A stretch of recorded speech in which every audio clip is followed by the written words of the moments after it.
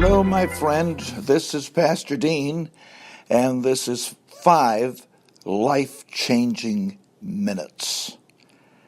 You know, I grew up in Catholic school, and I'm no longer a practicing Catholic. I'm a non-denominational preacher, but I grew up in Catholic school, and I don't regret the days that I spent there. I had some wonderful teachers, and one of the things that we were taught in Catholic school, that it was great to suffer physically for Christ.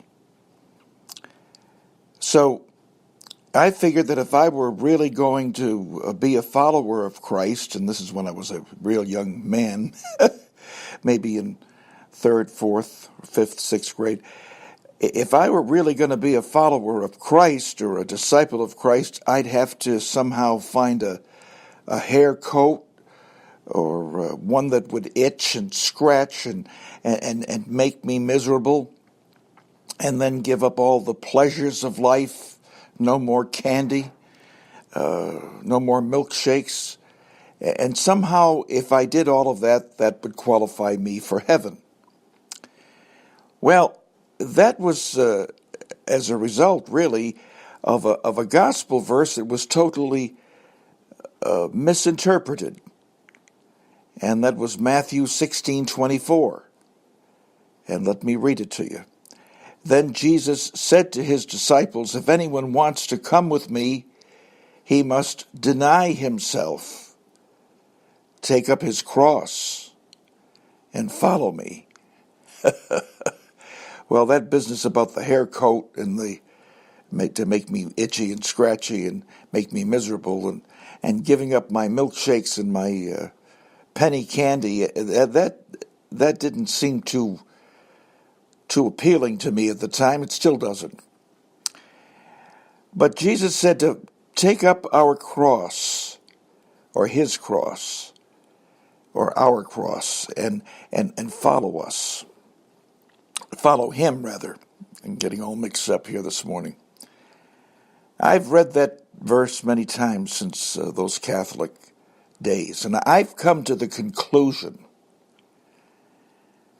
that there's a lot more than what's on the surface of what Jesus said. I've thought pensively about his command of, if anyone wants to come with me, he must deny himself and take up his cross and follow me. See, Jesus is asking us to do something he couldn't even do. Now let me explain myself. When you stop and think of it, Jesus couldn't carry his own cross. He needed help, physical help, because of the terrible beating that the Roman soldiers inflicted upon him. That beautiful man was ripped apart physically. And on the journey with the cross to Golgotha, Jesus had come to the absolute end of his physical rope. I'll tell you something, when you just contemplate about the Passion, as we have in this past week with the Holy Week, not many of us have met that kind of evil. Let me read that verse again. Matthew 16:24.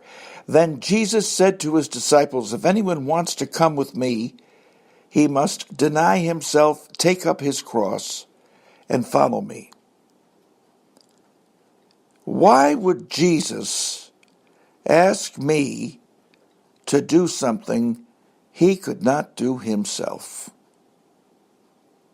He could not deliver that cross to Golgotha if it had not been for Simon of Cyrene, who, as far as I'm concerned, was designated by God to be there at the right time, at the right place, to help Jesus. But still, Jesus is asking us to take up our crosses, deny ourselves, and follow him, and he couldn't do it himself. So I've asked that question of myself, and I've asked the Holy Ghost to give me an answer, and he did. And we're going to continue this conversation tomorrow. You're going to be very interested in the answer. This is Pastor Dean for 5 life-changing minutes.